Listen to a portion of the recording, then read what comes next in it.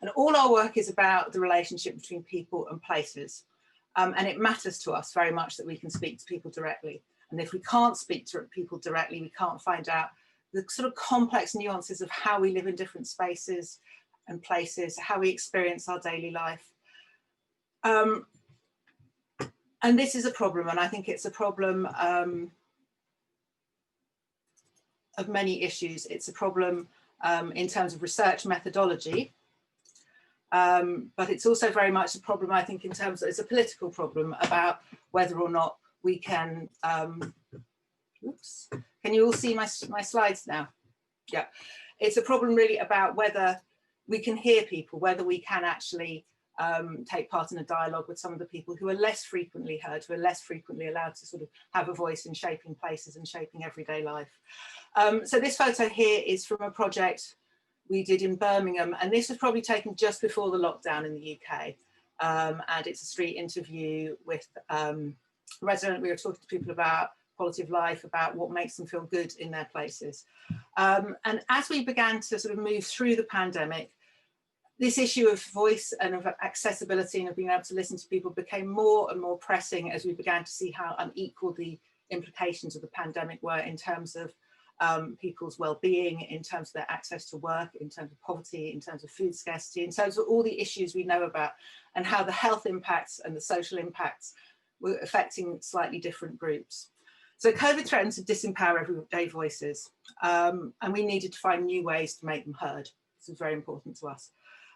We've experimented with different methods. We've used photography, we've used phone calls, we've done our best with online methods. We've developed a way of doing socially distanced street interviews. But we really want to hear and we want to know from other people about what has worked in different ways, in different contexts. And I think the value of this is not only knowing about what has worked in this particular extraordinary time, but what will work in the future, what we'll take from this time and take forward and think about in our future research and our future projects. So our webinar is very much about sharing lessons about how we've all been managing our research. And we're really looking forward to hearing from all our speakers, who are fantastic, who I'll introduce in a minute. So, a couple of housekeeping things. We are recording this, and we will be sharing the recording on our webinar in the future.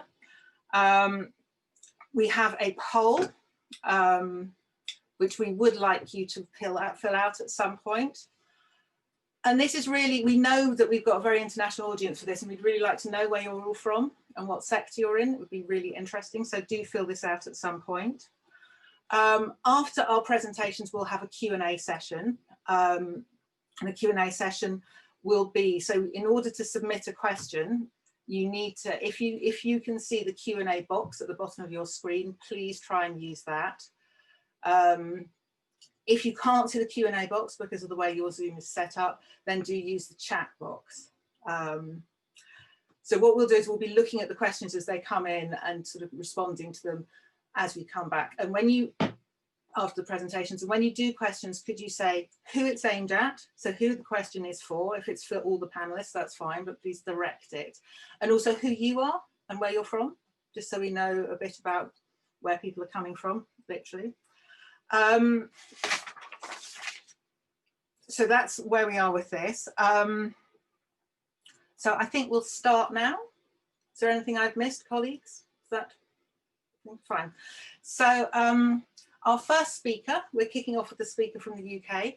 Our first speaker is Dr. Chris Foy. Chris is a Knowledge Exchange Associate at CAISH, the Collaborative Centre for Housing Evidence. And he's currently working on developing links between academics, practitioners and policymakers. And his experience weaves through a range of disciplines, including sociology, economics, psychology and philosophy. So Chris, over to you. Thanks, Nicola. I'm just going to try and share my slides.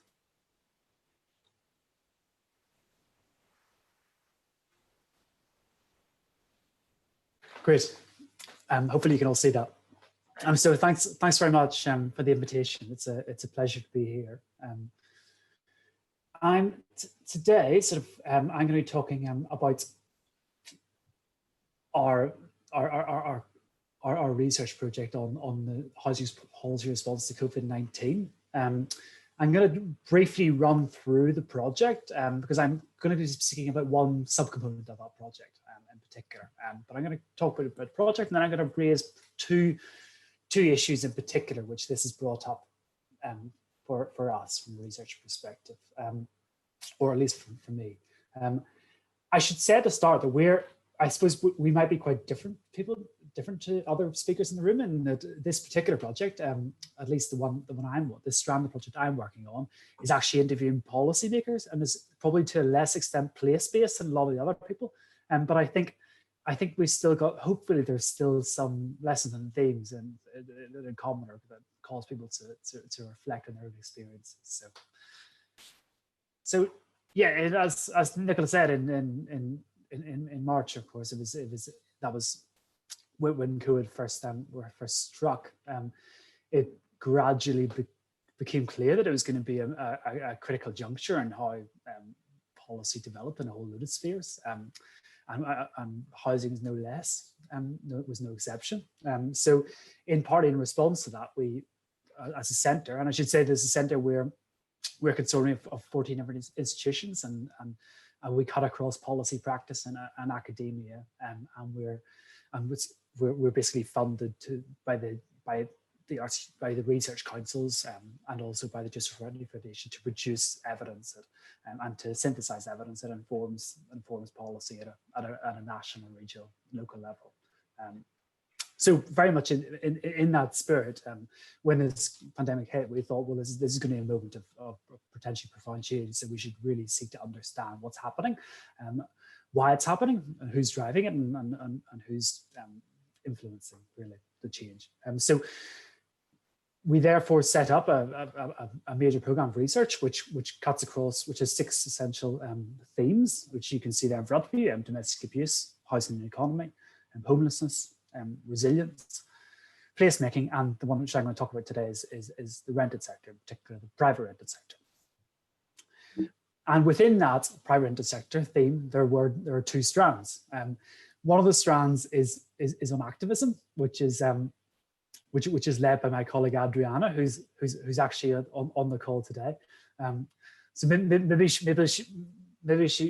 she'll be able to say something later. But the one I'm going to focus on, which I've been most heavily involved in, is the policymaking strand, and that's looking at the policymaking process as it's conventionally understood. And we looked at those across England and Scotland, and basically our research questions were, as much as what I mentioned, what were the key drivers of policy making, and who was influencing policy, and how were they influencing policy. Like most of the research, most of this research project as a whole, this has a longitudinal component, and that we're conducting 15 interviews. We've just finished conducting 15 interviews, which in the autumn, and we're going to be conducting, which we're now ready now, and then we're going to be conducting another 15 interviews in the spring. And those interviews took place via Zoom, and they also cut across England and Scotland, which were kind of 2 comparator studies, which they've got quite different political systems, and also quite different systems in terms of regulation of private rental sector. So they were an interesting case studies.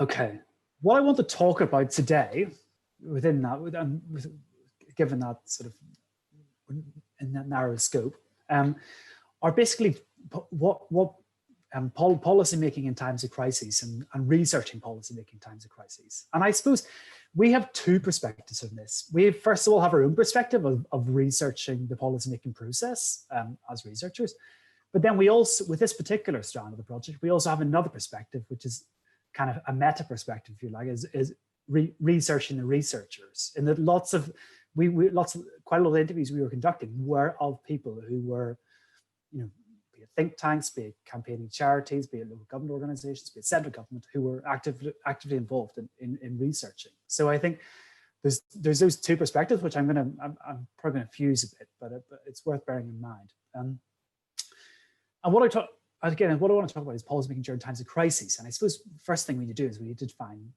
crises. What would be a crisis? I think most of us would agree that the coronavirus is a crisis, but what exactly does that entail? And I think for us, there's three components of crises, and together they are instructive of the kinds of challenges that researchers face when trying to understand policy and policy responses. So that's how I'm going to structure it. The first two characteristics are threat and urgency. So crises are perceived as representing a major threat to things we value, be they the jobs, our health, or our homes, which coronavirus was of course cover all three of those, as well as many more. The second then characteristic of crises is that they're perceived as requiring an urgent response. And typically that response is expected from central government, given the magnitude of the crisis. So together, these kind of two characteristics lead to policy developing extremely fast, quite haphazardly, and from the center. So those are, and we saw all these three things happen.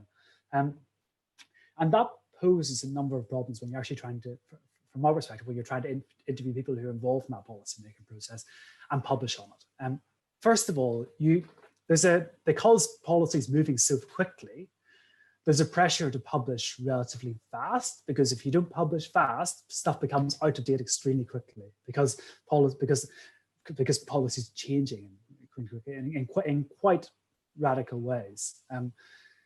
And with that time pressure comes a kind of number of tensions and ethical issues. And those can broadly be grouped under the idea of kind of this social scientific idea of performativity. And performativity is basically the idea that the research we conduct can actually become influential and therefore can actually shape the research we're studying, the research process itself. So for example, we're studying the policy making process, but then by publishing an interim report describing that policy making process, we can then actually influence the policy making, how that policy making process takes shape. So if we say, for example, in our interim report, which is due out in January, based on our first wave of interviews, landlords have exerted a significant influence on policy, and they've had regular meetings with ex ministers, then that has a potential to actually shape then how the policy making process develops, which then therefore will shape what we're actually supposed to be studying.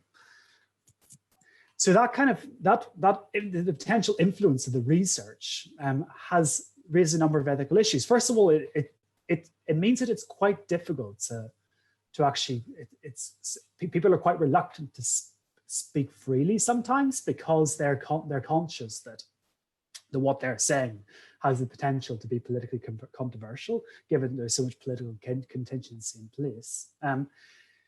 Also, from a practical perspective, it's often quite difficult to understand who's influencing what and where the actual power is coming from and who's making the decisions. But above and beyond that, there's an ethical issue about trying to actually get people to come forward to speak, and then to come forward to speak frankly. The other ethical issue is around, and perhaps contrastingly, there's a risk that people actually use this research as a forum in order to try and influence policy and to try and put forward a particular message that aligns with the interests they seek to advance. So, for example, some organizations may seek to exaggerate the influence that they're having, so that therefore, when their interim report comes out, it portrays it in a positive light and perhaps be more influential than what they are. So, I think those are two things we need to be cognizant about in writing up the research and conducting the surveys. And then the second theme, the last theme, the third characteristic of crisis I want to focus on is uncertainty. So crises yield radical uncertainty, and that's why this finger in the air image came from. It's unlike it's the economists Mervyn King and John Kay contrast radical uncertainty to risk, and risk is something you can calculate. You can calculate the risk of it raining the next day, you can't calculate the chance of the government doing X and Y, or the economy behaving the way it does. So this period of kind of radical uncertainty, and then that's compounded by the fact that people don't. It's not only people don't know what's going to happen; they don't know what's happening now. In that there's usually you'd find policymakers, at least at the central level, they use data sources in order to understand what's happening. And therefore, because things are moving at a very gradual level, they can make inferences from past data sources to what's happening now. So they can say, well, if evictions are at that level a month ago, nothing much has changed. Therefore, we can assume they're roughly at that level now. Whereas with the coronavirus pandemic, of course, once a huge amount of those data sources were in flux, and therefore you have data which was previously useful is then redundant. So there's a dearth of data, of relevant data, and I think that leads to a number of things happening. One is that data becomes power, becomes more powerful than what it was, and in the absence of those kind of data, those kind of slightly higher level data sets, we've found to an extent an increasing reliance on local knowledge, because because the surveys are redundant. You have to understand you have to rely on people who are on the ground to actually tell you what's happening, whether there's an increased number of evictions happening, whether there's what's happening with illegal evictions, and therefore there's an increasing reliance on that local knowledge over abstract knowledge. But it also means that those people who are able to provide that abstract knowledge, through, for example, polling, which we find quite a widespread use of, are able to. They have quite a lot of power, and they can, because there's a kind of an absence of narrative. They can use that data to then impose a narrative on the situation. And this is these two examples here, which I'm going to conclude with, are two quite basically the landlords and shelter who are organizations representing landlords and organizations representing, broadly thought of as representing tenants, commissioned their own polls as to how much of a problem arrears were. Arrears are where private tenants are basically behind in their rental payments. And if you look at the results, they both actually found quite similar things in terms of the numbers were broadly convergent. But because they had the polls, they were able to use those to basically frame them in the way that they wanted, because data, of course, is never neutral. It's always framed in a particular way, and each of them were able to frame it in line with their particular narrative that they wanted to advance, as you can see in these two contrasting headlines. And organizations who weren't able to afford polling or didn't have access to polling weren't able to find it difficult to capture the headlines in the same way, because they lacked that basically foothold in the form of data. So that's basically concludes my presentation. Thank you.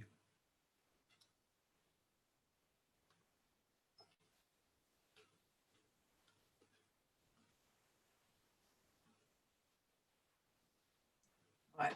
Thank you very much, Chris. That was fascinating, particularly and very relevant for the rest of the presentations, particularly the issue about how research is more influential at this point, and how urgency gives data and knowledge a kind of completely different meaning. And I think it's a really interesting one to come back to after everyone's talked about their presentations and talked about the different work they've been doing, to see whether as researchers we feel that has happened, and how that's happened, and how narratives have been created. So thank you very much, that was really interesting. So I'd like to hand over to our second presenter, who is from Lima in Peru. And I'd like to introduce you to Dr. Debra Delgado Pugli, and who is a professor of sociology at the, excuse my pronunciation, Pontificia Universidad Católica del Peru in Lima. And so Debra, good smile there. Debra's led research teams on climate change, indigenous movements, human rights, natural resource management, forestry development, and gender. So she brings a huge amount of perspective and experience to this. And Debra has advised various international institutions and organizations in these subjects. So Debra, over to you. Thank you. Thank you very much, Nicola, and thank you for inviting me to share with you some reflections on what we are doing here in Peru. So I'm going to share my screen as well. Let's see how it works. Just a second. Yeah.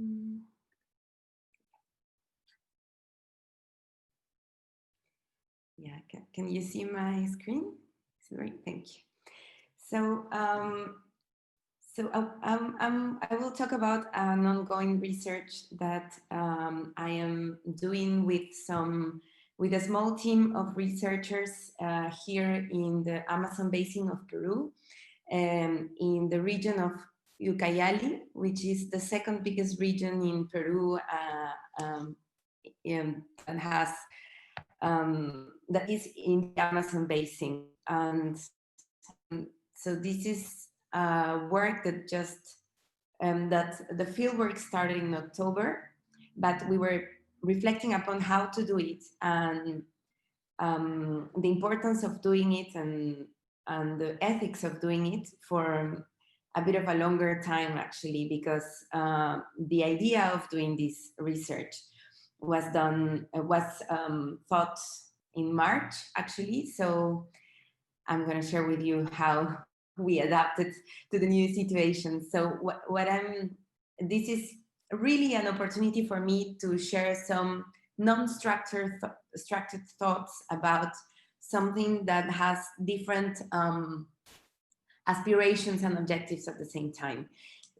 So I structured the presentation in some questions. How did we start it? What motivated us? How are we working? And what are we learning? Peru was particularly affected by the COVID-19 pandemic, and it was, we have a very small state, a lack of health care, that it's a structural problem of how the Peruvian government works and the services are organized and the budget is allocated. And the Amazon basin is a region that doesn't have, particularly on health and education, has the lowest indicators of the country. So we know that is something that we have been showing and teaching for a long time. And as I was doing fieldwork before, I knew that there was an issue on racism and how we deal with public health in the Amazon basin. At the same time, indigenous peoples from the region have an extensive knowledge on the use of plants. And the traditional medicine has a memory on the use of plants for epidemics that is not new. It's actually a memory.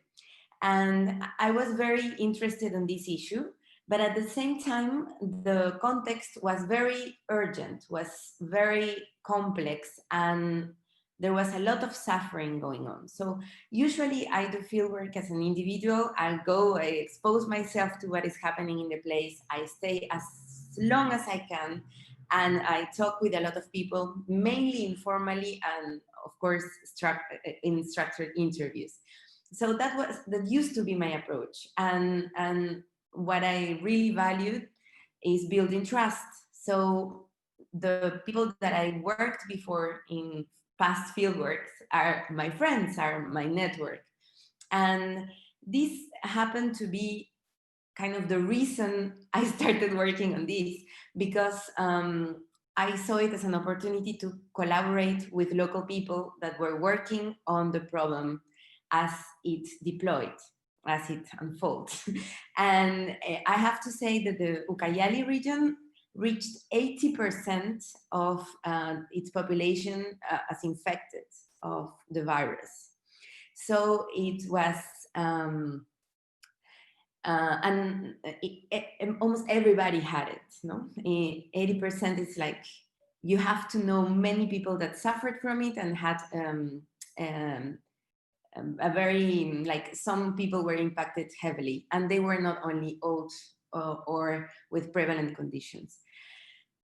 So there was a network of allies that formed around Ucayali with the people that work there, linguistics, anthropology, sociology, demographics, you name it. Everybody that used to do field work in Ucayali became part of this network. And by WhatsApp, we started sharing what was happening with our friends in different communities, and what we could do to help them out as the peak of the pandemic was happening. And I saw a call for COVID research, and I thought, oh, this is a wonderful opportunity to give some money to my friends so we can work together. So it was actually a way of collaborating with them, like, and not really something that I had in mind for, publishing or whatever. But as it was so compelling what was happening, we started with the two people I'm working now, two wonderful women that is working with me now. We started to reading a lot about how pandemics deployed, what happened before in the Amazon basin. So we designed the project to discuss the place of the deceased, the place of the person that is contagious and the person that is sick. Because although we don't want to idealize resilience, we want to show how action is deployed. Nobody is just a patient, just as without any agency. So the first step was to contact the local Office of Development of Indigenous Peoples, because it was managed by an Indigenous person, and I thought that was, well, I'm sure it's exceptional, and how influential they were in policymaking was also very exceptional. So the conversation started in May, and it was done by WhatsApp. So many of the things that we did had digital means. And finally, we could start like a structured fieldwork in October, once we got the answer of the financial means and everything. So what we are trying to do is documenting and reflecting on how local action took place to cope with COVID-19. And the things that we're following is how action came from subnational government and indigenous networks. And the images and everything that you can see, just a few of them were out of my, like, we're working as a network now. So I'm gonna keep the structure and then I'll tell you about it. So what we're trying to do is to allocate time to find out, to synthesize some lessons learned, and trying to reflect as things unfold, and establishing some parallels with previous epidemics. And some things are emerging then. And we formed network to work. So we have, I'm collaborating with a researcher that works with the local subnational office for the development of indigenous peoples, and somebody here in Lima. And then we have a lot of friends and sources that are with whom we work and we reflect. So what we usually do is sharing what's happening, information, images, and things as it unfolds. But at the same time, we, as Jackie, my colleague in Ucayali, is there, and she has collaborated with all this action. She's now doing these structured interviews with the people she used to work with, to answer the big urgency of the pandemic in May, June, and up until September. So the big peak was very long, actually. And then now that the pandemic is dropping, and we know that almost everybody, like 80% of people were affected and are no longer contagious, actually. I traveled last week to Ucayali and spent some time with them, but it was a different way of doing fieldwork. I spent loads of time talking actually with my team, finally meeting them face to face, because I was introduced to them by people I really trusted. So we had this weird way of working where we trusted each other because we were part of a bigger network. And this is something exceptional. I wouldn't have done it in other times. And but the trust was actually built very easily. And once we met each other, the conversation was amazing. And also we, by these virtual means, we kind of find out what we wanted to do, our objectives, in a collaborative way. Like what we were seeing, it was kind of what we were seeing emerging was the thing that we were following, because the questions that we have are pretty abstract. And I think as this is an urgency, this fits very well. So we have a practical part that is doing a document for policymaking, and another one that is the main one, that is more reflecting on how indigenous peoples use their memory of previous epidemics to react on new ones. So questions emerge and things emerge from these two big questions that we have. And up until now, we have done 25 interviews on policy, and we are moving on to the place of traditional medicine and how plants take a role, how self-organization take a role, what is their place in cosmovision, like the action of the plant, and how we recognize several plants as actants. And this is something that that is emerging in a very interesting way. So we are kind of seeing two worlds that come and go, that find themselves and then separate themselves. How public health is dealt in Peru, and how traditional medicine works.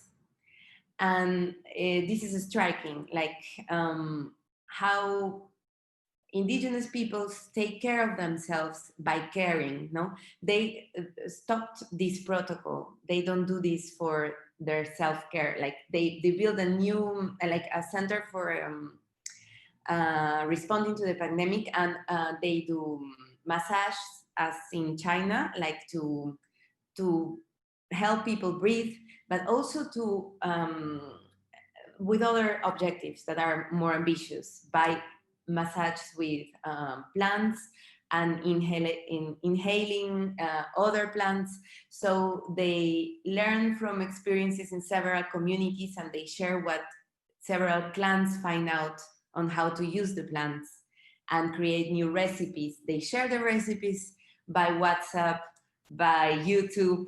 So there's an interesting mixture of tradition and digital means to share information. So what we were doing as a fieldwork dispositive is kind of what they were doing to share their experiences. So it fit very naturally, because those are the means that we have now to cope with what is happening. But as I was there, and as we were talking, and also about WhatsApp, one of the things that we don't want to do is to frame resilience as something heroic and as they can be self-sufficient, because it is not the case. It is absolutely remarkable, and praise has to be made to how solidarity deployed. But what is happening is an active abandonment. Citizens who are actually being actively abandoned, and protocols that are not made for caring, but actually to reduce responsibility from public administration. And this is something that we can't say and highlight and, you know, argue more strongly.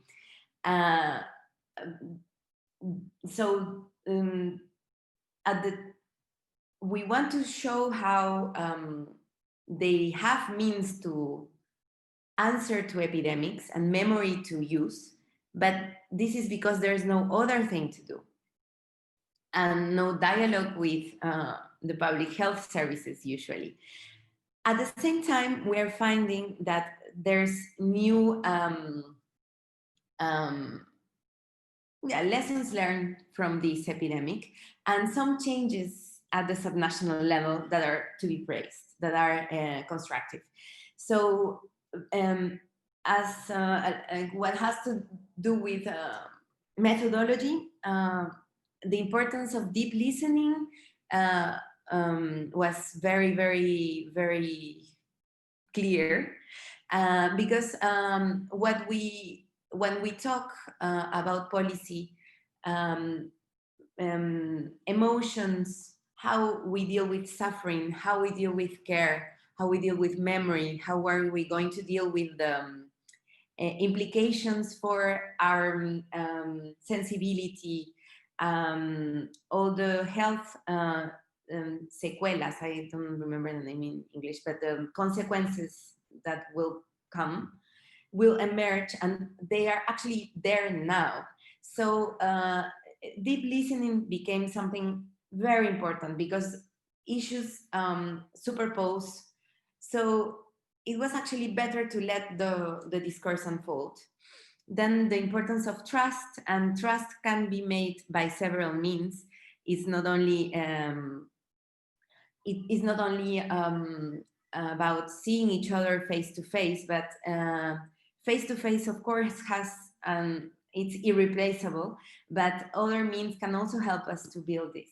And the value of reflecting together about what is happening, what we know and what we don't, because there's so many unknowns, and this is something very particular of COVID-19. Nobody actually knows, but we discover many things and we are all trying to learn. So talking with shamans and people that use traditional medicine, we find out how science and scientific methods are not the only ones to create knowledge, no? So I think that's it for me, and thank you very much. Yeah. Thank you so much, Deborah. That was so interesting. I have so many questions.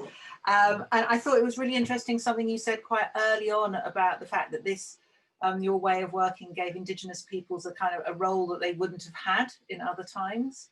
I just thought that was really fascinating about how working in a crisis and urgency sort of opened up opportunities as well as causing huge amounts of suffering. And I am, you know, the idea of a community where 80% of people had COVID is extraordinary to us, I think, from London, but thank you so much. That's really, really interesting.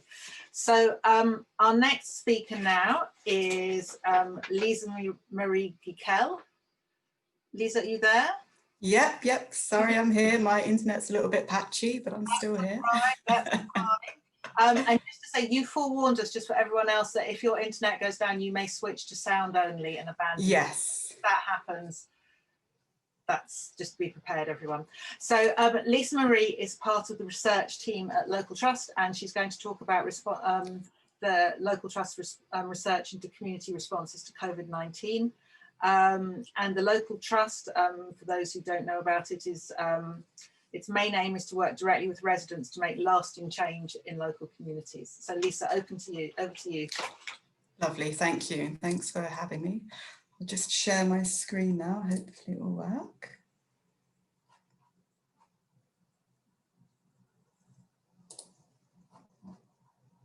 Okay, lovely. Thank you. So yes, I'm Lisa Marie and I work as a researcher at Local Trust. And I'll be talking a little bit about the impact that COVID-19 had on our general sort of research and evaluation programme within Local Trust itself, along with sharing some learning and reflections on behalf of researchers that we're working with on our major research project exploring community responses to COVID in 26 communities. So before I start, just a little bit of background about who we are and what we do at Local Trust. So as Nicola mentioned, we are a place-based funder and we support 150 neighbourhoods or big local areas in England. Local Trust was established in 2012 to manage a big local programme, and this is a National Lottery community funded programme which committed over £1 million plus to 150 separate neighbourhoods across England, and 10 to 15 years in which they had to spend it. In general, we believe in putting power, resources and decision making into the hands of local communities to enable them to transform the places in which they live. And some key principles about the Big Local programme are that it's long term, so it provides a certain amount of certainty and continuity over 10 to 15 years. Importantly, it's resident led, so we work directly with people living, working, studying, playing in the areas rather than through organisations. It's non-prescriptive, so we enable residents to spend their funding on their own terms, in their own time, and on the projects that they judge to be most important to them. And we also accompany the programme with flexible and responsive support to those communities. But in addition to managing the Big Local programme, we also manage another one, which is called the Creative Civic Change programme, that works with 15 communities across England to use creativity to make meaningful change in their local areas.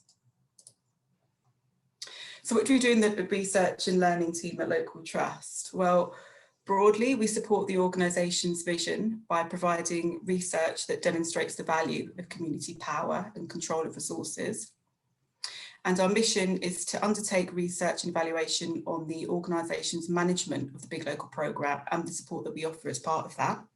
But we also support the Big Local programme by providing research and evaluation support directly to the communities involved in the programme.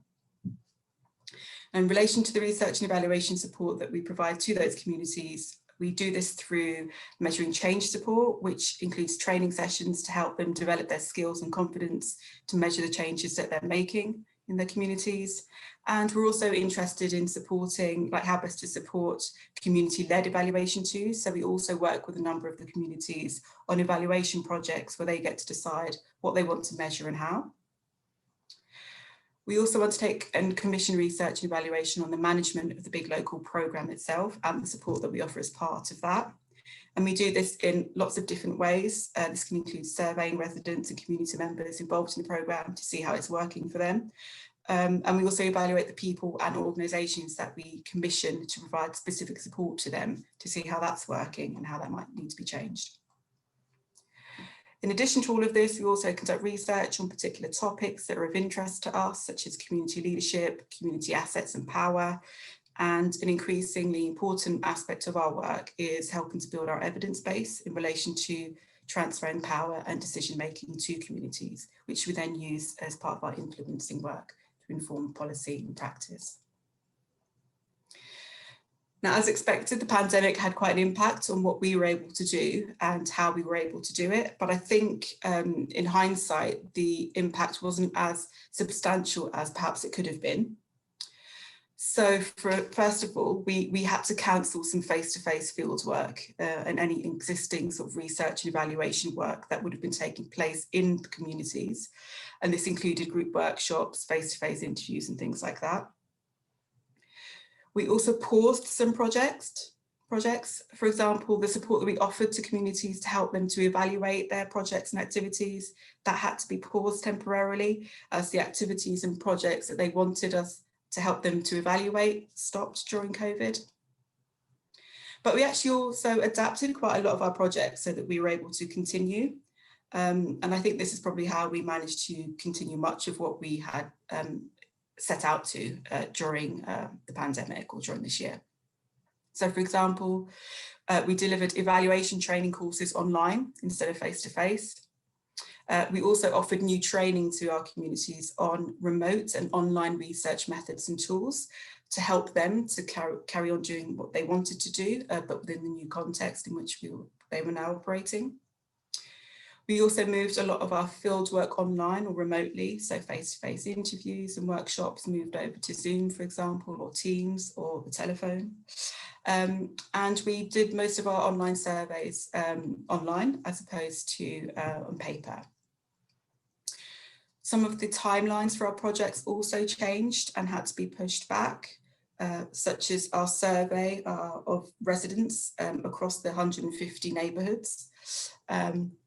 This is a biannual survey, so that was every 2 years, but we still managed to do that and get over 1,000 responses. We also changed the design of projects that we had planned and which were in the pipeline. For example, we wanted to start an ethnographic project earlier in the year, so instead we scoped how this might be done or could be done remotely, and then commissioned research based on that new approach. But we also started a new research project about the pandemic in April, and that sort of kicked off quite soon after the first lockdown. And we commissioned this research really to understand how communities reacted to, coped with and recovered from a major crisis, and to learn what sort of help communities are best placed to give, how they might make it happen, and the sort of support that they might need after the crisis. And it was also a bit of an opportunity for us to research what was unfolding as it was happening, as opposed to after the event. But the general research question, the overall question that we were trying to answer and that we're trying to answer with this research is, how do communities react to, cope with and recover from major crises? In terms of how we commissioned this research, first of all, we didn't think it would be possible for us to introduce new researchers into communities to start a new project. And so we selected 26 communities where there was already a trusted relationship between community members, researchers, and established programs. And so most of the study areas are places where residents have either been supported for years through the Big Local programme and or received funding and support through the Creative Civic Change programme. We're also working with a few areas who haven't been supported by either of these programs, but again, they are areas where there are already existing relationships with researchers. I think we hoped that working in areas where there are already relationships would do a number of things or help us to do a number of things. So firstly, it would hopefully avoid placing additional burdens and stress on the communities involved during a pandemic. Would hopefully reduce the amount of time that is usually spent and needed at the start of projects to build those relationships and connections. And also we hope that it would help us to share our learning from those communities quite quickly. The timeline for the research is about 12 months. So it started back in April, it's due to conclude in March next year. There are two broad phases to the research. So the response phase from April to September this year, and perhaps a rather optimistically named recovery phase from October to March next year. In terms of the research methods, there are three main elements. There's a real-time literature review, and that produces monthly rapid research outputs or briefings, and they combine literature reviews with the learning directly from those study areas. There's field work in the study areas as expected, but this is not face-to-face. It's all taking place online or remotely through learning conversations and online observations, and these learning conversations can be individuals or groups. We're also collating films and photos from those communities to capture their responses, and that forms part of a film and visual archive. Again, there is no direct filming or photography in those areas themselves. And finally, includes some additional interviews with stakeholders who aren't involved with those 26 study areas to help bring in wider perspectives and experiences. There are a group of researchers working on the project with us, so it's actually one of the largest research projects that we've commissioned. The research is led by the Third Sector Research Centre, TSRC, and they're coordinating the group of 15 researchers working on the project for us. All of the researchers involved are researchers who we were already working with, or who were already working with and supporting the communities involved.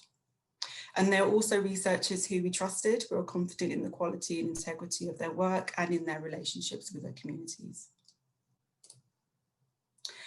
Before I go on to sharing some of the reflections on what it's been like to research during the pandemic, mention some of the main findings from the research so far. I'm not going to go into too much detail here, but I've included some links at the end of the presentation with links to the reports and outputs.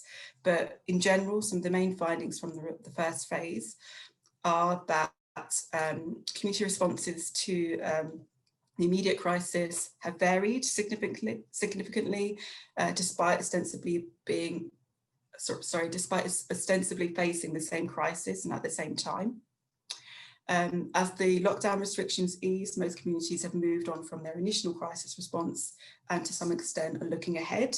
However, this is a bit uneven and the ways in which they're able to move on varies across those communities. And the role and significance of rich and established community-led infrastructure seems to underpin an effective community response. And so where this community-led infrastructure exists, and by that we mean connected networks of residents, community leadership, trust, relationships, etc., it appears to make a difference to how they're able to respond.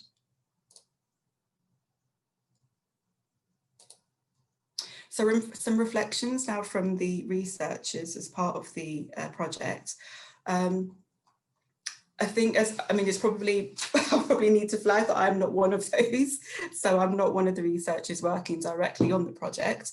And it's a bit of a shame that they're not, one of them aren't here to sort of talk to you about it themselves. But these are some of the learnings and reflections based on the conversations that I've had with them, and that's come through some of the meetings that we've had. So firstly, having links in the area before has made a difference. So most of the researchers have been working in the study areas for at least a year before the project started. So they knew the areas and some of the people already.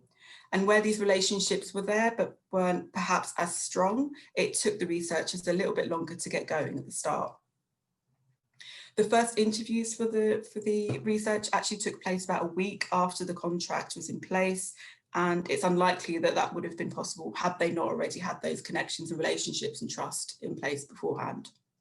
So I think here relationships were everything, and it's a little bit difficult to see how the researchers would have got the depth and the quality of the data that they have in the time that they had without these being in place before. They've also mentioned the opportunities and gains of doing remote and online fieldwork. So for some, there was more engagement via Zoom, for example. They found it easier for people to participate. There was no traveling for them.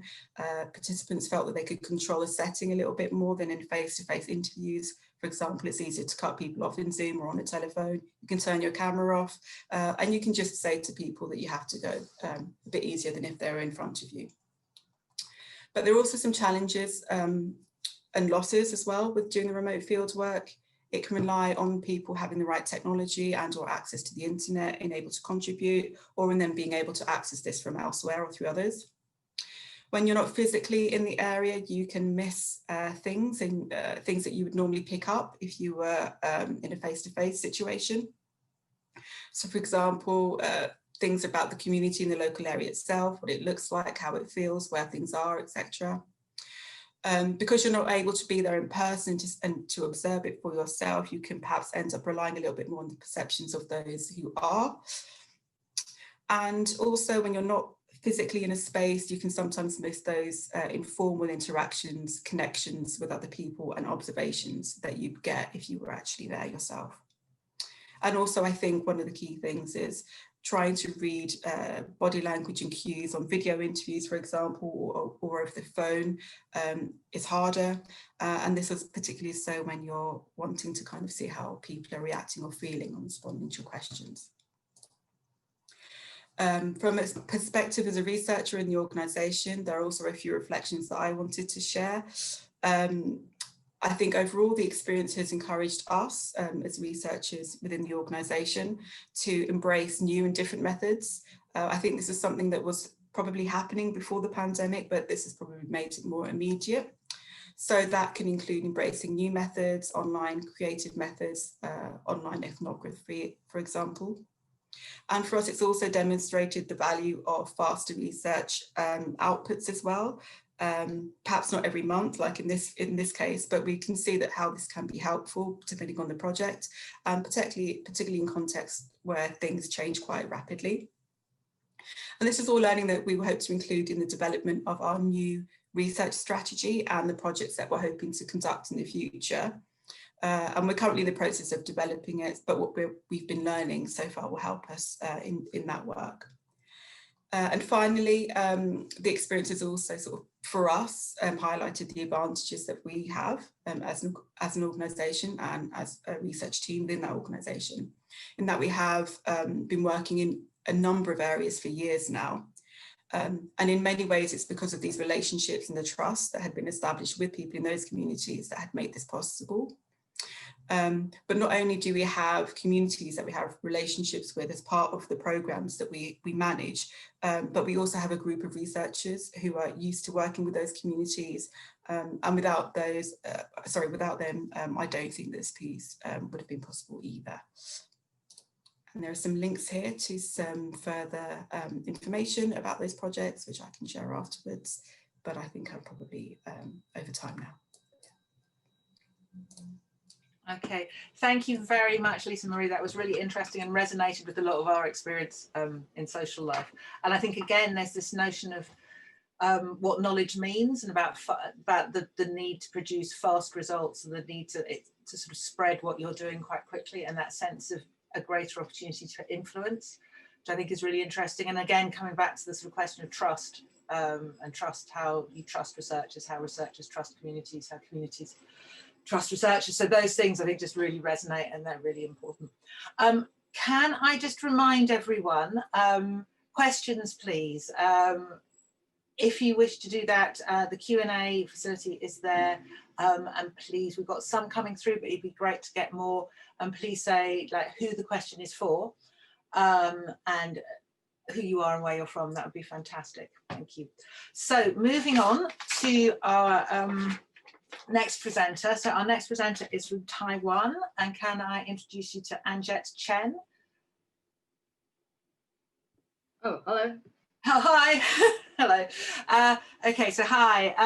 So Anjet is an independent artist and curator, and the co-founder of Slants Projects, which is a digital space for experimental collaborations.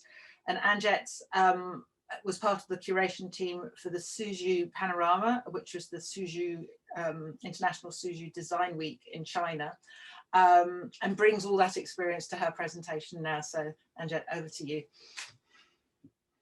Okay, well, first of all, thank you very much for Social Life, this invitation, and thank you, Deborah, for your introduction.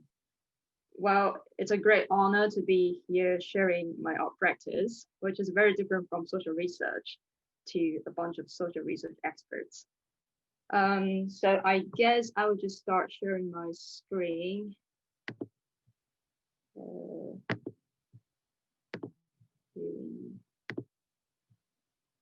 Right, so can you all see my screen now?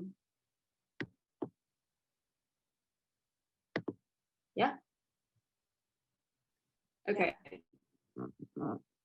cool. So as I am probably the only art project amongst all the projects presented here, I think I arranged my part to begin with what I consider social research from the position as an artist / researcher / digital content creator with an online persona. And then I will talk about what I've done so far and the constellations I put forward to bring this research project further. What I'm going to share today is less an academic research, but an art project work in progress, which by nature is often practice-based or sometimes practice-led, depending on the relationship between the artwork and the research activities involved in the process of making.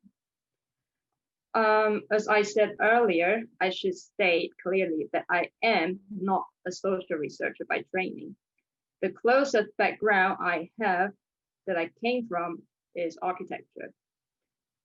But instead of the cool-headed side involving like technical drawings or site planning, I picked up the artistic, critically expressive skills. And of course, I ditched all that matters for being an architectural businessman. Having said that, the third person objectively doesn't stand between me and my work. However, it doesn't mean the work is not methodological.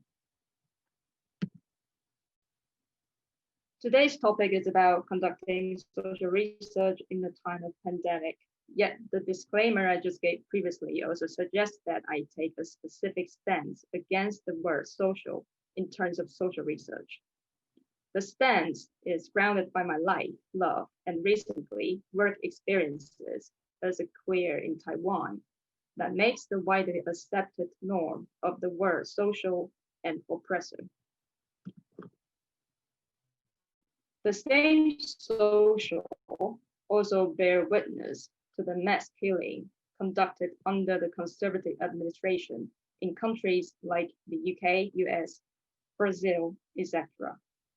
Meanwhile, it's being cracked open by the rise of Black Lives Matter and the emergence of online support platforms for easily isolated individuals, such as the poor, the disabled, the aged, the uneducated, or anyone that could be considered marginalized.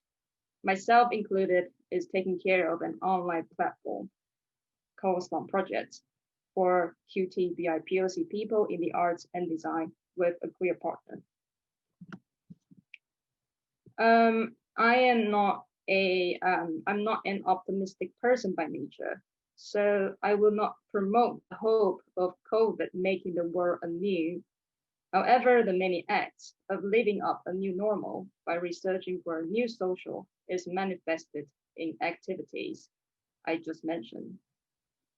Breaking social constructs through active listening, providing lived understanding in respect of others' lived experiences, fighting for the voices of the minority, and dismantling the tyranny of a collective to encourage universal empathy. Of course, the various acts are yet to be much enough to course correct the old normal. We're not doing enough.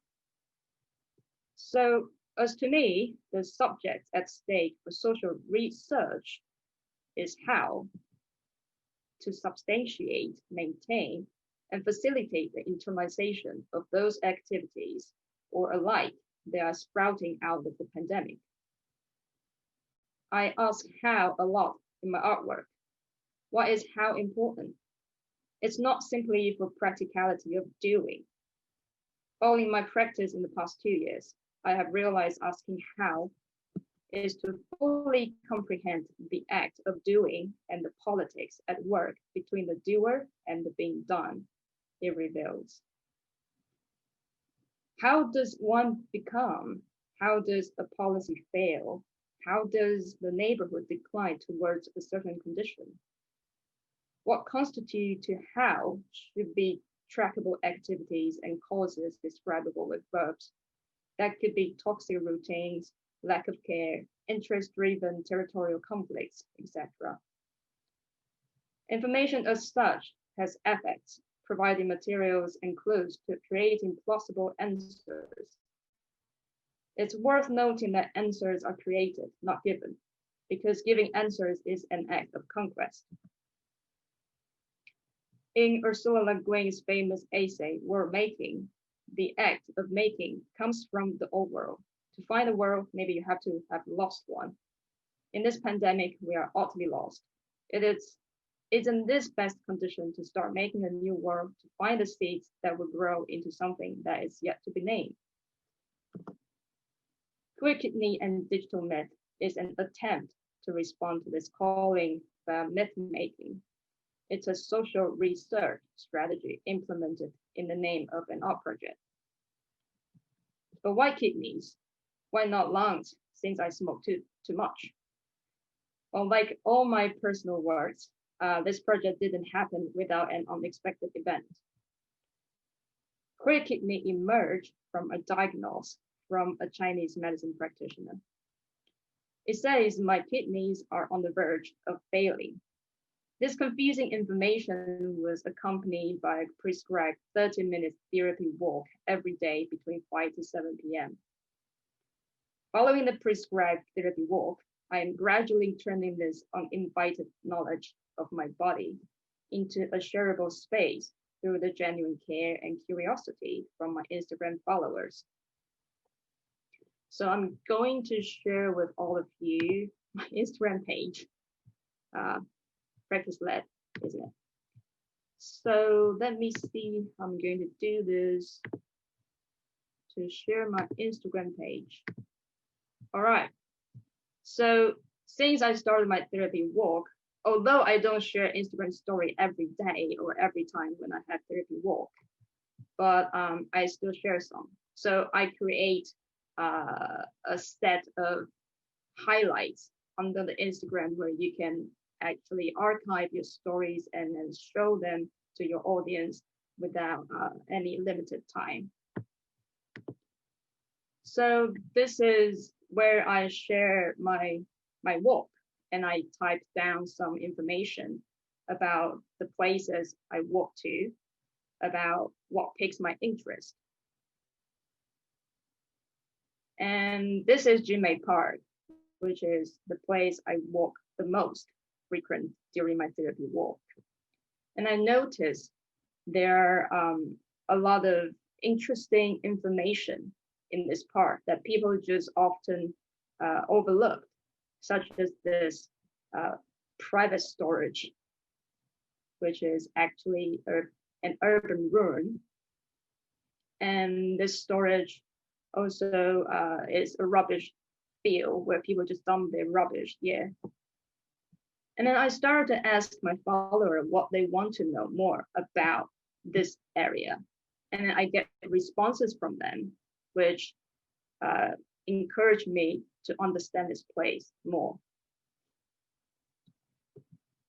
All right, so this is part of my story on Instagram. So let's go back to the presentation. This one.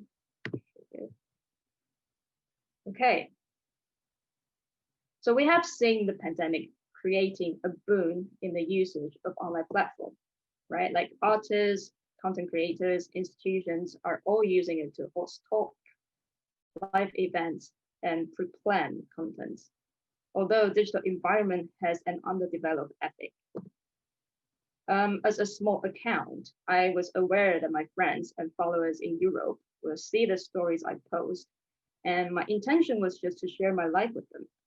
Nevertheless, the more I walk, the more I see. The more I started asking, how can I do for the body of an urban area and its constituent through opening up my kidney therapy process? Oh, okay, it's working. So I returned to my identity that has been thrown back to the closet since I returned to Taiwan in 2019. Being a queer here is not an affordable option, since the term queer is still largely rendered by celebrity culture, fashion lifestyle, nightclubs, and drag. Queer are high-paid foreigners, well-dressed creative industry professionals. So I wondered, who are the queers in this whitewashed former colony? Can the term queer be charged with social justice apart from the marketed, politically consumed issues such as gay marriage? Where are the sites for recontextualizing this word that was imported by Western educated Taiwanese back in the 90s? My kidneys are finding a world, and it is now a queer social research. The response I received from my followers on Instagram are like mythical clues that has been luring me into something I do not know yet. Then the concept of digital myth came into my mind as a strategy. Myth is known as the story of people, is preserved and endorsed by society and passed on to its generations. is the genre considered as having a fundamental role of a society. One reads the human characters, such as weaknesses and flaws, from godlike features. In other words, as a literary genre, myth can glorify the disabled while it dehumanize the powerful. On the other hand, myth is hardly distinguished from misconception in contemporary society. Bearing those in mind, when finding a world from the old one, I consider the methodology of digital myth in this social research project threefolded. First, I utilize myth as a surgeon's knife to open up the kidney therapy I am prescribed. This led me to discover the connection between kidneys and state of emotion, as well as layered condition of the Jinmei Park. Then, the followers who responded to my stories are interpreters, making their understandings to the stories I posted and contextualize Jinmei Park in their own minds. This connection between the digital environment and the remote physical location enable the subverting quality of myth to be at play. I then set out to collect more stories in responding to my followers' responses. The old world where the old myth, or say misconception, is getting cracked open. This is a short video. I'll just play it for a little bit.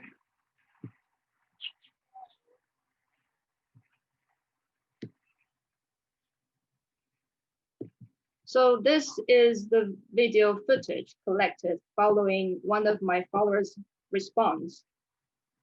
And this also was also appear in the previous story which I show everybody on my Instagram. And this element in Jinmei Park is the subject in my research. In this old world, it's just a cluster of ruins, sacrificed for the sake of urban regeneration. Now it's a rubbish field. People dump their recyclable waste here, and an old disabled couple will sort them out in exchange for money in order to pay for their living. Okay, so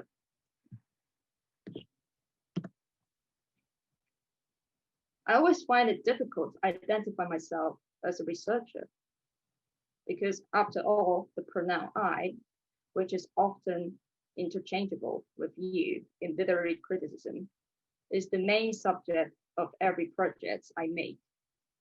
This pandemic pushed me to opening up the I to bear the responsibility to accommodate the many I's there are not yet, and perhaps will never be we. Utilizing Instagram carefully and strategically led to a possibility to politicize the queer body, my body, to an extent that the I is no longer the singular subject at stake. This pronoun becomes a social site, a container, a confrontation field. I'm learning to be with the others, to speak with different voice, or to be the other. As the American feminist poet Adrienne Rich puts, even ordinary pronoun becomes a political problem. Yeah, that's it. And thank you. And I welcome all sorts of questions afterwards.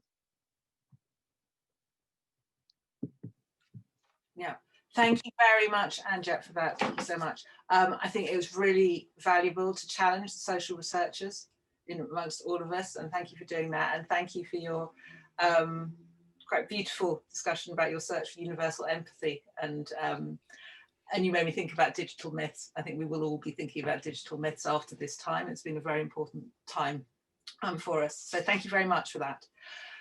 So our last speaker now is Dr. Olympia Moshtanu, who is a senior researcher at Social Life. So this is back to a slightly more traditional notion of social research, but I think a very interesting one that I've been very involved in working on. So Olympia, are you? Yes, I'm here. Can you hear me? Olympia's expertise is in housing, the built environment, sustainable urbanism and evidence-based policy. And Olympia has over 8 years of experience working and liaising with policymakers, public health professionals and designers. So Olympia, over to you.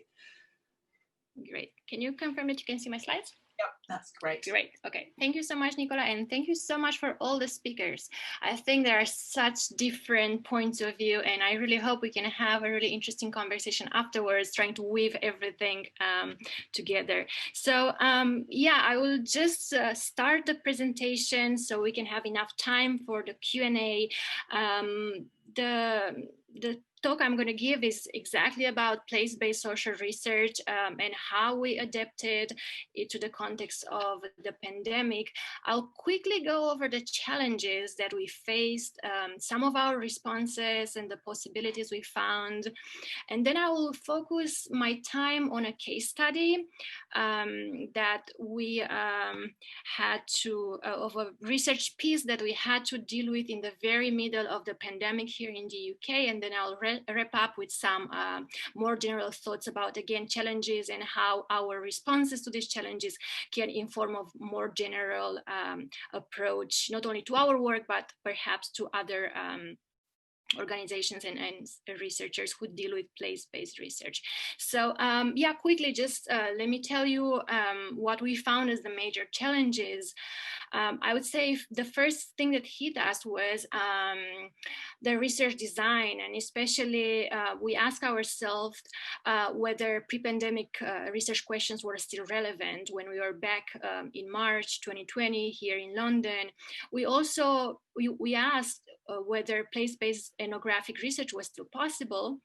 And then, like many of the presentations that we have just listened to, we had a number of questions about involving participants in our ongoing research projects.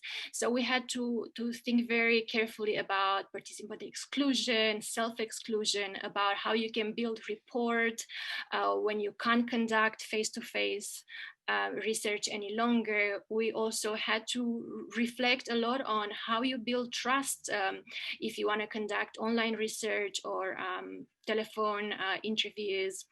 And then, of course, we had quite a few questions about the ethics of the research. So there have been quite a few researchers who have said that perhaps we shouldn't be conducting research at all during the pandemic, especially when here in the UK, we were under lockdown, the first lockdown. So yeah, and I think the issue of ethics has emerged in all the presentations that we have listened to. So issues of the responsibility towards the participants, but also issues of responsibility towards the research team. This was really important, especially because here in the UK and also, I would imagine all over the world, things have changed quite rapidly. So the approaches that worked one day perhaps didn't work the next day. So we had to keep adapting every single week. So now, in terms of the responses that we developed, we decided back in March, in the middle of the first lockdown, that we needed to adopt a flexible or open research design that would help us with the lockdown, but also thinking ahead about all the changes that were going to happen in terms of restrictions, in terms of physical distancing measures. So we wanted to anticipate, and we opted for a flexible research design. Also, we realized that people's willingness to be in the proximity of others was going to change throughout the summer, and indeed it changed, and then in the fall as well. The second major response that we had to the pandemic in the context of place-based research was to develop a mixed methods research design. And this is what I'm going to dedicate most of my time talking about. I'm going to talk about how we use the combination of in-depth telephone interviews, participant photography, and cognitive mapping, trying to replace our face-to-face interviewing. So now I'll briefly go over the case study that I mentioned. So in March 2020, we were involved in a very interesting piece of research about how people perceive the built environment's impact on their quality of life. It was a research across the UK that was funded by the Quality of Life Foundation. as we developed the research design very early in 2020, we decided to opt for face-to-face street interviews. And these were going to be conducted all over the UK in a range of settings, including areas that were going through regeneration, new housing developments, as well as established communities in rural areas, as well as in cities. When we were in the second week of the fieldwork, the COVID-19 crisis brought this research project to a halt. So we didn't know what we were supposed to be doing. It took a little bit of time to come up with those responses I just mentioned, but this is what we basically did. We decided to go for a flexible research design and to try to implement a mix of methods to try to replace the face-to-face street interviews, as well as to find ways to build a report with the research participants. And yeah, as I mentioned, another challenge throughout this project has been the fact that the restrictions kept changing. So we needed to account for the ways in which our research participants were going to answer us, because their environment around them was changing. And remember, this was a place-based research. It was all about the built environment. It was all about the quality of life. So this was really important for us to really understand how the changing restrictions were actually impacting our research design. Yeah, so we use a combination of telephone interviews, participant photography, and cognitive mapping.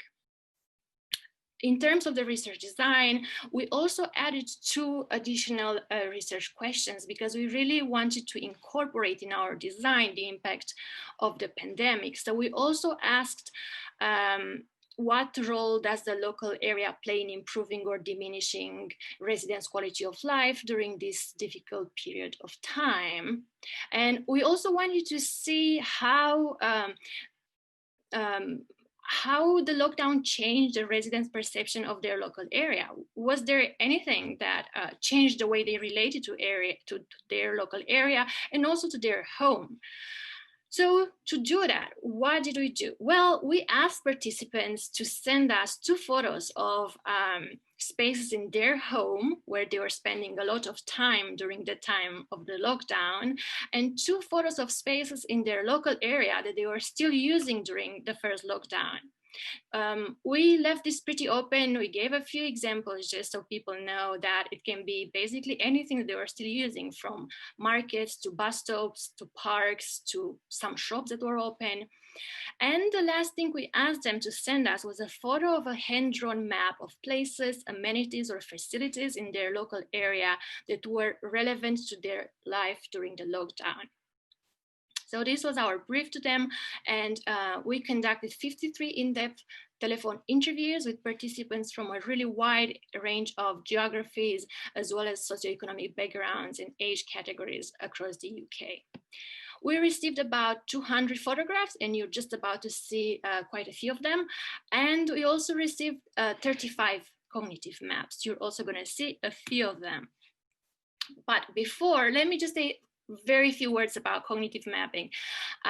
So the participant photography, just like as mentioned, we asked them to send us these photographs. However, we did not incorporate those photographs in the interview. This is really important because I know that there are some experts on photo elicitation on this webinar. So I just want to make this clear. At that point in our redesigning the research approaches, we did not think that it was going to work that fast to actually do a full photo elicitation approach. So we asked for the photographs, but they didn't become part of our actual phone conversations.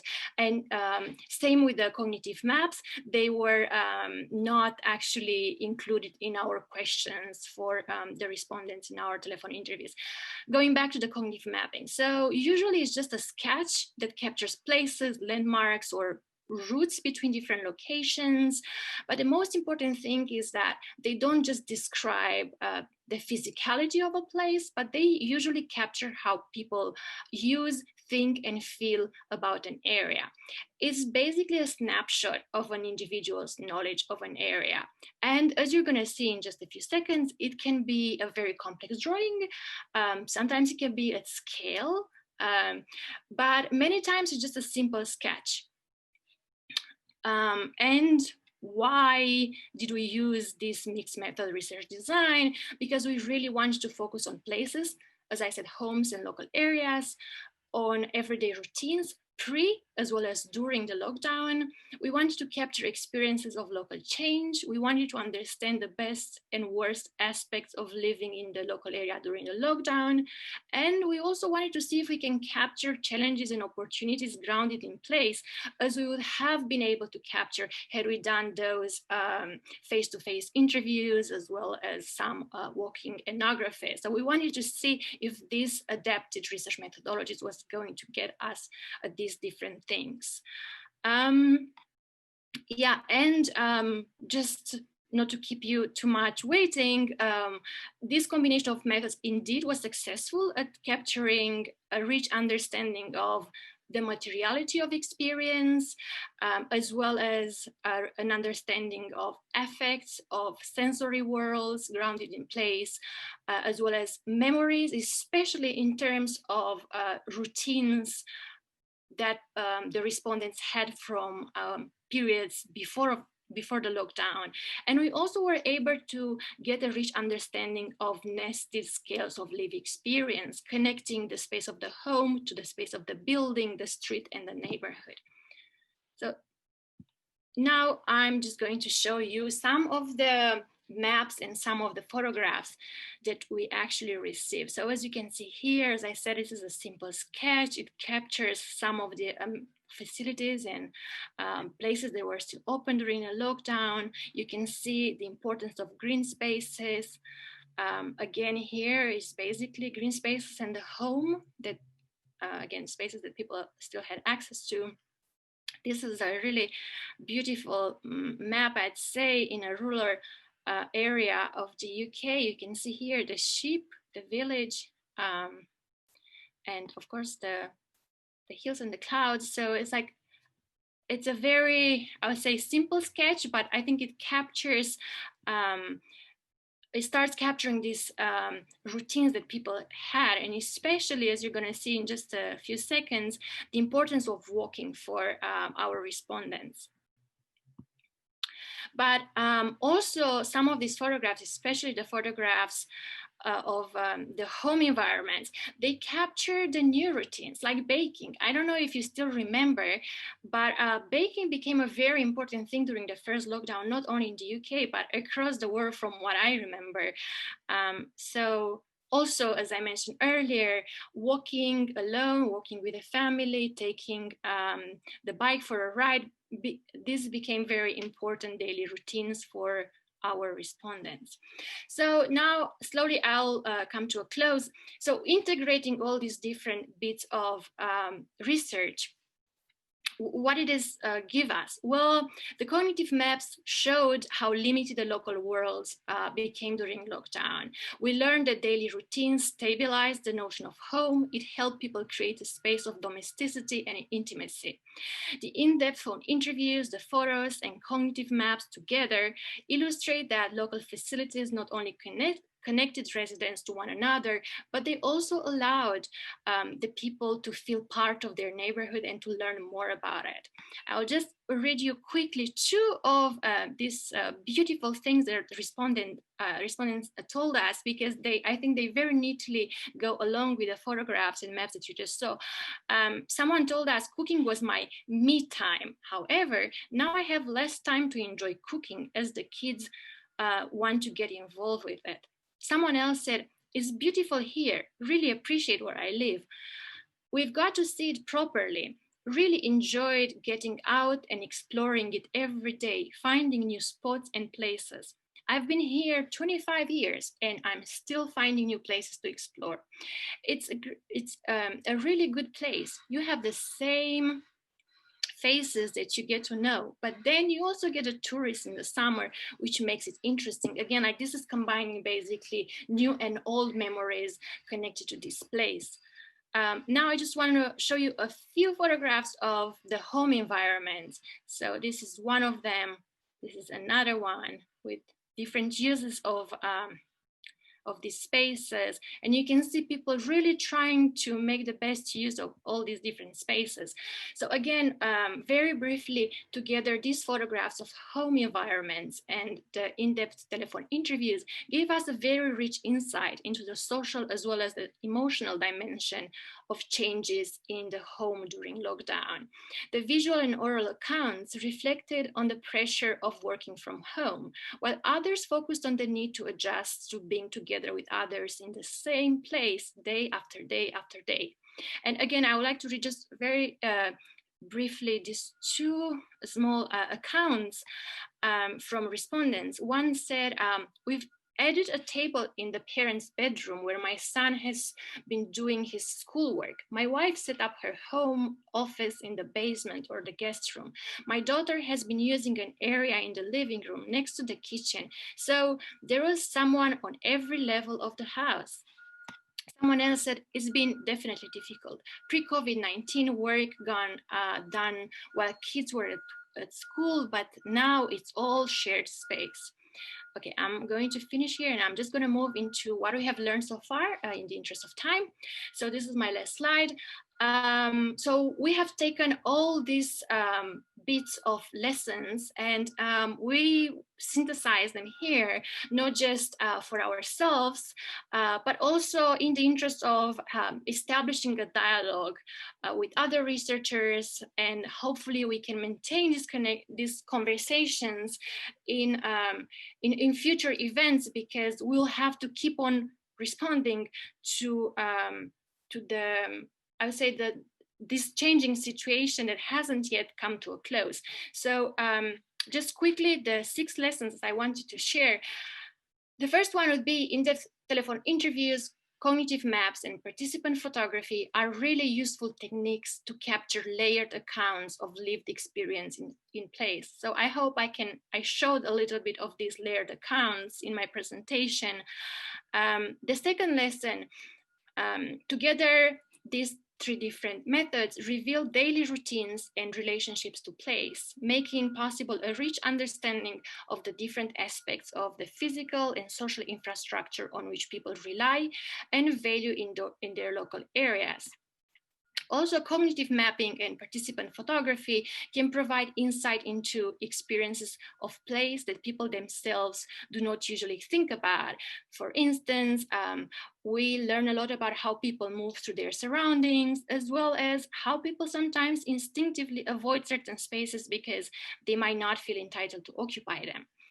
A fourth point is that photography and cognitive mapping can facilitate research participant empowerment, as well as building empathy by allowing participants to direct researchers toward what is important or meaningful to them.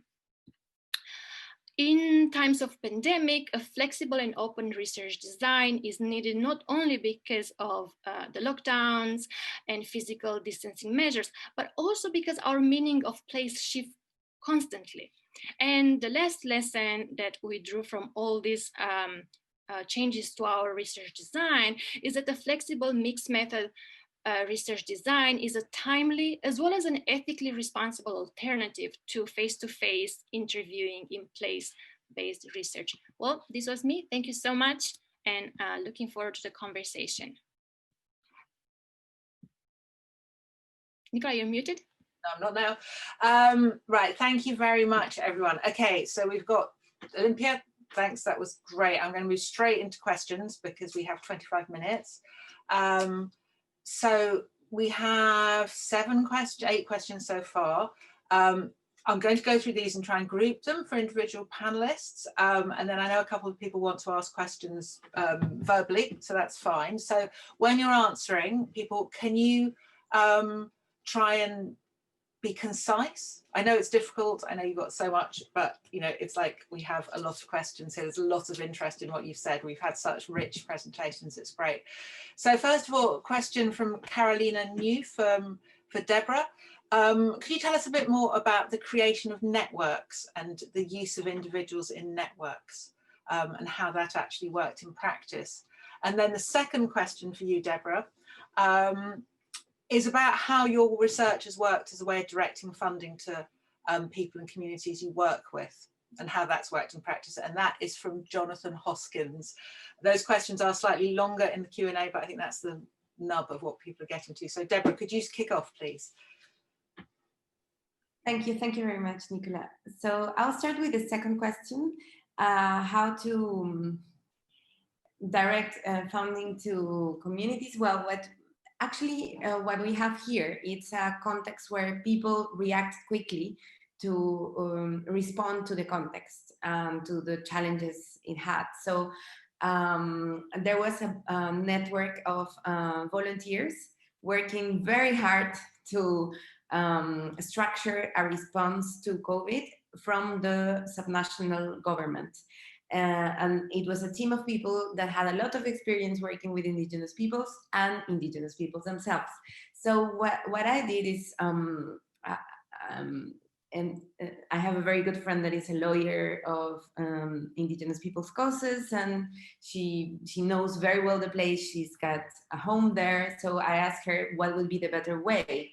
And she told me, well, there's these people I trust, you can work with them. And I started finding out who could be interested to actually document the experience. And that's how I directed the fund. So formally, it's a research assistant. In reality, I try to ask to her to do as less work as possible, so she can kind of compensate all the work she has been doing while the response was pretty active. But now she's so engaged that she's working a lot on the research, because it's also an important space to formalize what she has been living and reflect, which is something that is very valuable for this kind of very shocking context where you have to elaborate your experience. And that's how things are becoming now, like, and how questions are emerging. It's a time to reflect that we are providing collectively. And how networks were created, where it's the sense of urgency and then the building of trust. Like how we not only, like, we try to transmit different resources, our contacts, the money we can raise, the awareness raising, writing about it, blogs, news in the journals, everything we can give to create more cohesion on a society. Our country is pretty large, and the geography doesn't help much for movement, which is, it has its pros and cons. I believe it has more pros than cons. So our networks have to be a bit virtual, so we don't disturb so much the environment. So that's what we are trying to do. And the networks have been built over time. So I hope it's helpful. Okay, thank you very much. Next question is for Lisa Marie. It's from Jessica Gatter from London. And it's just to ask a bit more about the change in research methods, and particularly, probably I'm interested in as well, what you did online. And how you made that work, because it's something we've struggled with a bit. For the research project? Yeah. I think, well, I think when we were designing the project, there was no sort of face-to-face interviews like factored in. So everything has been done either through telephone, Zoom, Teams. I think they've been like the three main tools that they've used as part of the research. And probably just to say on Zoom, as part of the local trust, what we did was we essentially just upgraded our account and just gave licenses to all the communities, 150 communities that we worked with. So they were already kind of using that by the time the research kicked off. And they've been using Zoom mainly for like one-to-one interviews with community members, group interviews, and also observing meetings and community meetings as well. And yeah, I think that's kind of, they've been like the three main ways in which they've kind of like used online. I'm not aware of any of like the other kind of methods. Okay, yeah, thank you. I mean, our experience is that I think the online has worked quite well, but it has its limitations. It's Yes, really good. hit and miss. Definitely. Okay, next question is for Chris Foy. Chris, you there? This is from Jonah Rudlin, who's also in London. So 2 questions linked. So first of all, do you think there's been an improvement in how quickly policy has responded to new data and information? So has policy responded? You talked about the need for fast evidence. And has this depended on the sector, so private, non-profit, government, and whether it's local or national? So I think it's quite difficult to answer the first question because it's difficult to compare it to anything else. I should also say it's difficult for us to make a judgment about how effective the policymaking process has been, because I guess it's only once time will tell to an extent. And I think, but I mean, when I heard these questions, I think it raises one thought in particular. I think that there's definitely something about, there's a difference between England and Scotland. So if you think of England, you're talking about a much larger population, obviously, than in Scotland.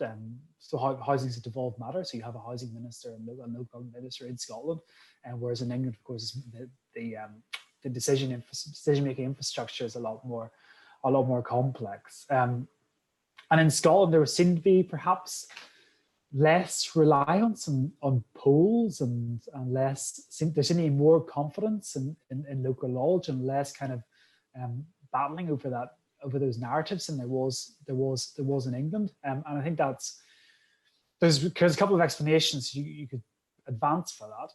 I suppose the first explanation is that because Scotland, it's a smaller area, the policymakers and the people who actually ultimately make decisions, the politicians making decisions, are closer to the people on the ground, because that's just the very nature of a smaller country than in England.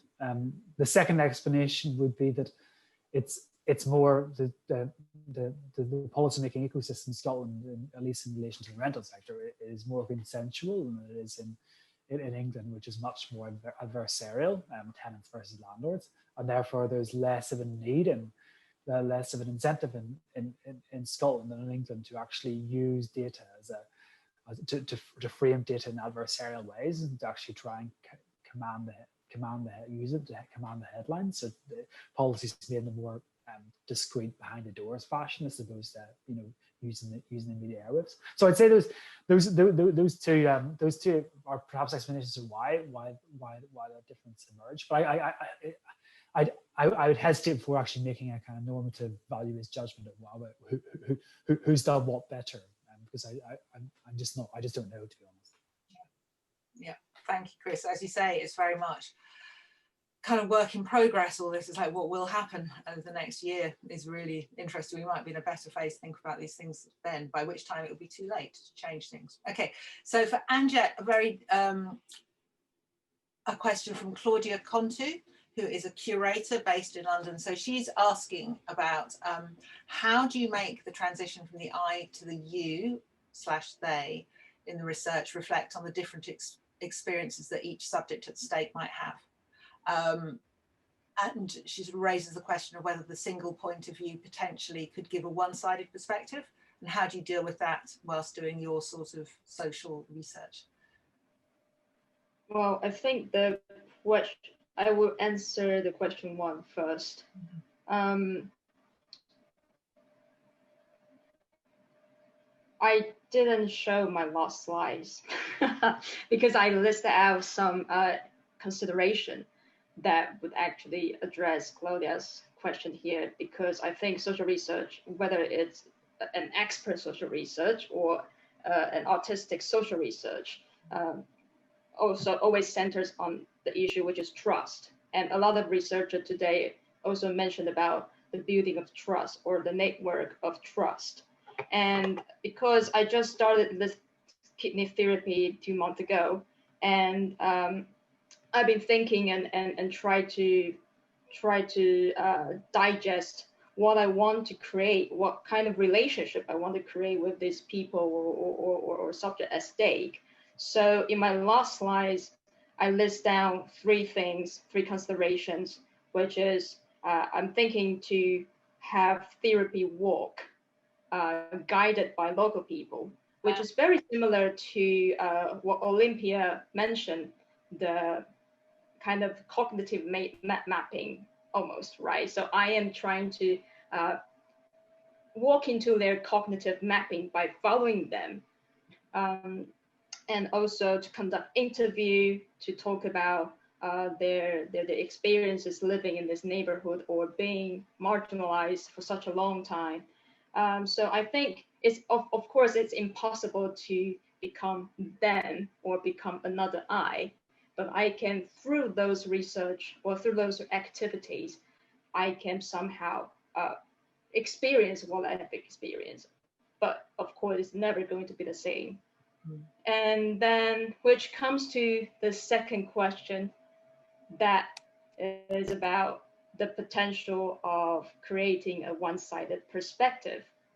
Yes, I mean, it's very likely if I don't do such activities, but only just to follow my own therapy schedule, instead of, opening up this therapy process even more by inviting different social research methods, then it's very likely to be a one-sided story.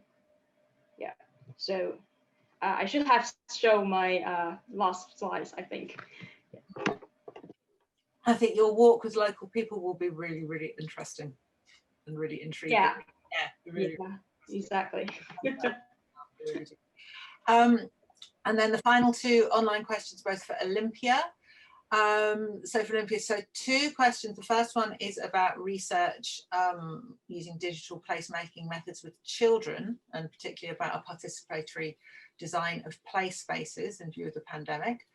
And the second question is about the potential to share the maps and data with other researchers to analyse, so other people can look at the material and think about what that means for their work.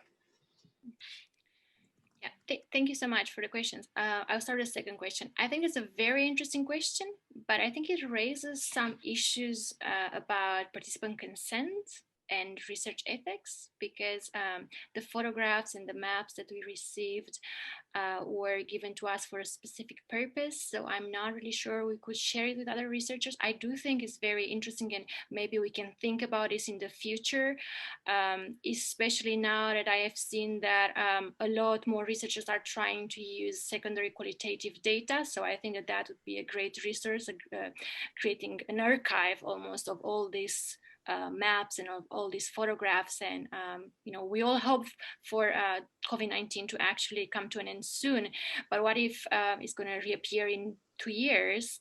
Then that would be, of course, a big challenge for us again.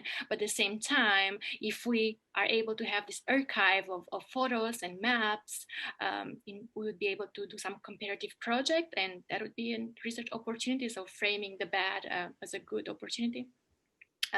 In terms of the first question, I would say it depends on the age of the children. If maybe they are, I would say, over 8 years old, maybe it would be really, or maybe even over 10, it would be really interesting to do a workshop and, have them take some photos and then discuss them. I haven't worked on a lot of children research, so I wouldn't know what works with them, but I can see some opportunity in bringing them together in a workshop and try to use some visual methodologies, or even trying to work with some toys or something that has more physicality to them than just words, and try to see how the world looks through their eyes. Okay, that's great and interesting to see. Yeah, it would be a really interesting thing to do, to try and work with children on such a thing. And then our final question is from Adriana, I'm not quite sure, Swaita, I think, from Swaita. So Adriana, I think you have been enabled to speak. Yes, thank you so much. Hi, hello. Hi, I'm Adriana from University of Glasgow, research fellow at the Center for Housing Research. So Nicola, if you allow me, I want to thanks to all the presenters, has been absolutely fabulous research. However, I would like us all, to think these methods, which we present them as being new and adapted for COVID, are in fact quite old, methods. Photography has been used since 1957. Telephone interviews are already classic. Every research method has a chapter on telephone interviews with all the pro and con. I thought from a methodological point of view that Angie work was particularly interesting. I would call it an autoethnography, digitally co-produced. I think that's really quite interesting. And here are my two questions. To Chris, I agree with Angie, meaning I'm not so optimistic that the crisis will open up a really different future. As you were mentioning, the uncertainty and the positive that an uncertainty can bring. But actually, I would like you to comment on the idea that we know from literature already that crises have not really shift the direction of policy, but rather have accelerated the policy in the same direction. And for instance, when I see in your talk about data, the need for data, it's a calculative practice of neoliberalism. So it's like it's reinforced. We need again the quantitative data in order to make a decision. And this privilege, one deep case study, a story. So if you want to comment on this, on the crisis. And Olympia, I'm really curious because you said you haven't done elicitation on the photography and the maps. So how did you analyze them? Thank you.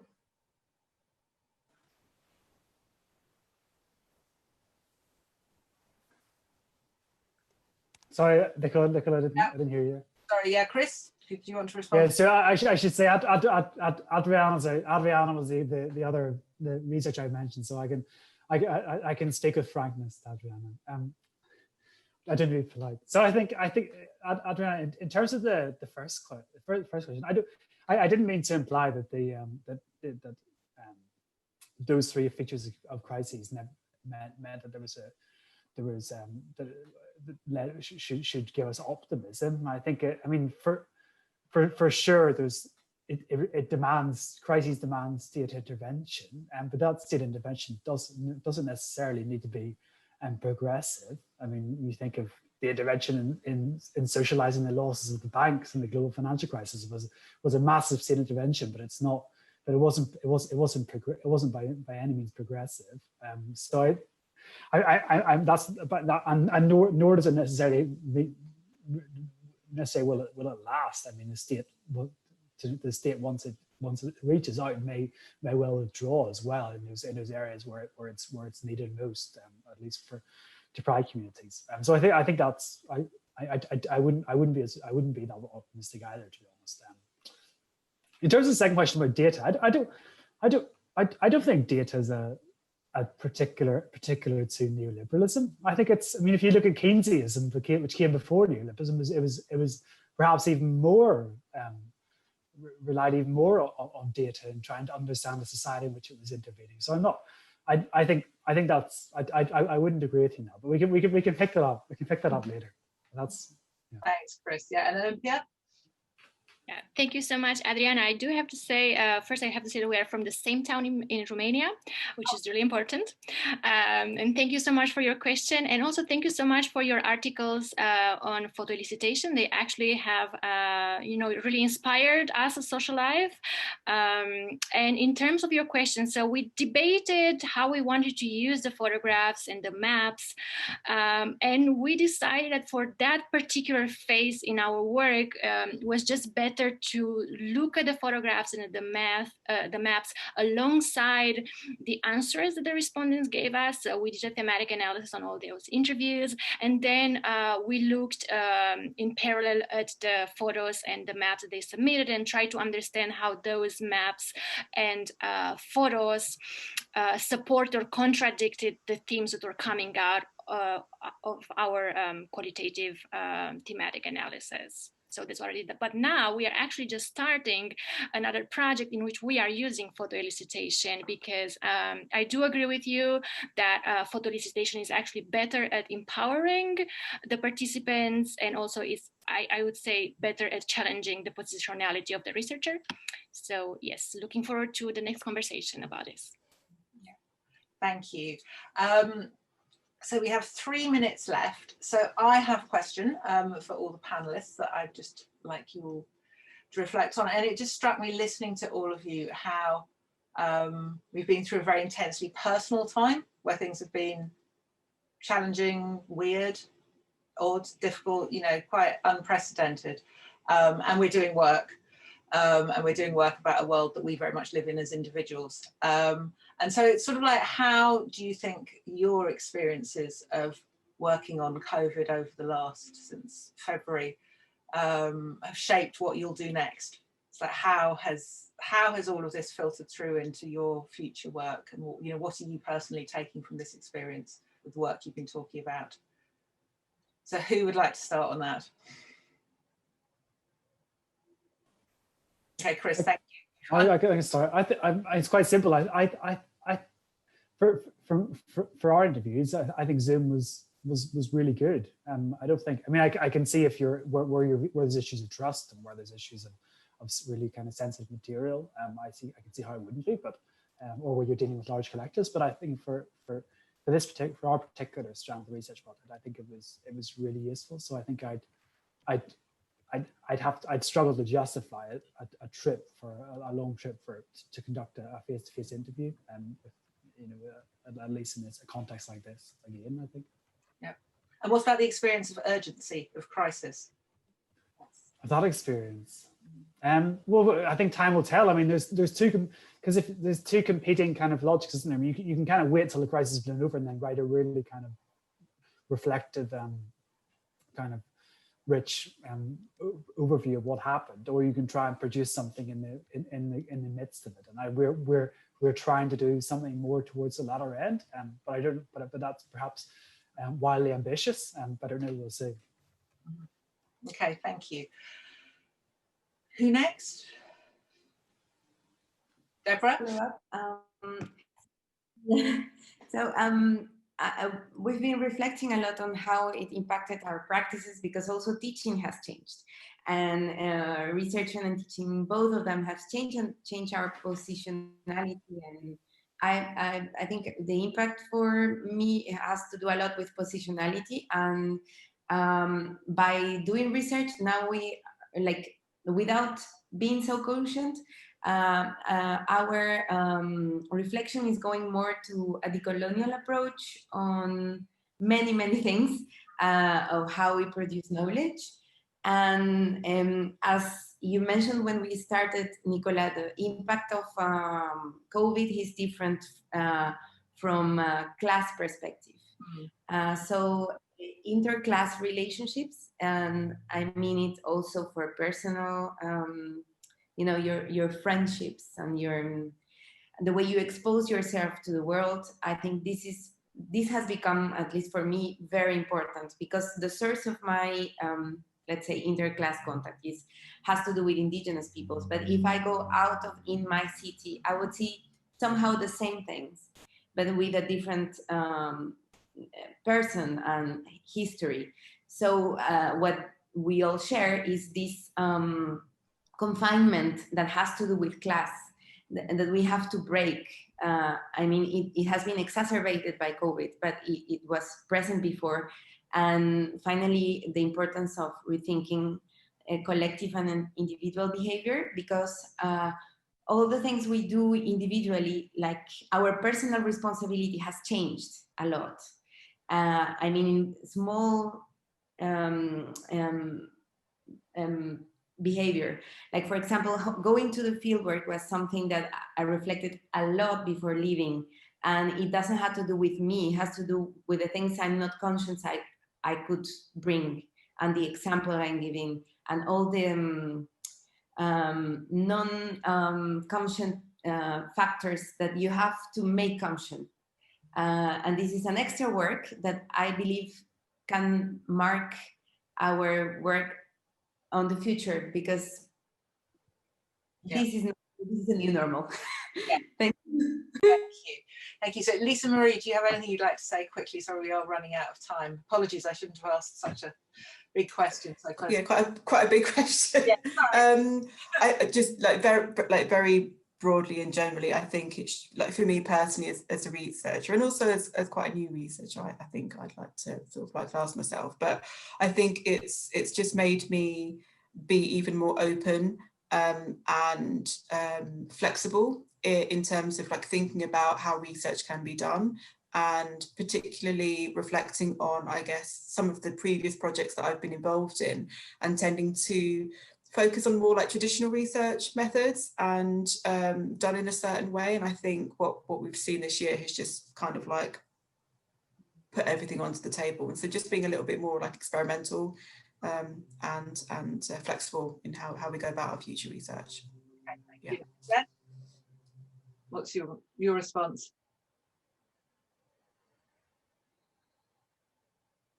Oh, sorry, the connection. The connection.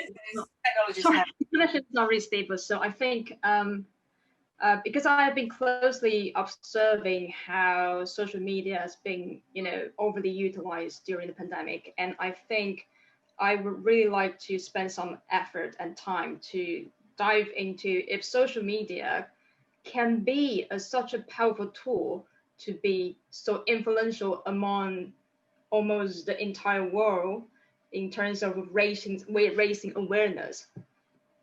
It might have the possibility to become a research tool for social researchers, but at the same time, what are the dangers of using social media? Because online environment, digital environment is still so underdeveloped in terms of ethics and like standard practice, etc. So yeah, I think through some art projects, I might try to look into this a little bit more. Yeah, sounds interesting. Yeah, that's good. And Olympia? Well, I would just follow up on what Adriana said earlier, and also Lisa Marie right now. I think it's all about keeping in mind that these methods are not necessarily new, right? Some of them come from the 50s, but at the same time, I do think that COVID-19 has made us a bit more courageous, and I don't know, force us to take a little bit more risks and try to force us maybe to try to combine different methods and find an arrangement that work in that particular place much better than if we had just used methods that have been tried before. So I would say I hope we are going to be more creative and take more risks in the future, even if we are not living through a COVID-19 context. Okay, thank you. Well, we've run over 5 minutes, which is very bad practice, so apologies everyone for that, but thank you so much for our fantastic presenters. That was great. It was so varied. It was fantastic. It was really good. Really appreciated that. We will put our recording online. We will be in touch with you about blogs possibly and other collaborations in the future. And for people who attended, thank you so much. I hope that was useful. Please do stay in touch with us. Thank you. They're really great presentations. Right. Goodbye. Everyone take care.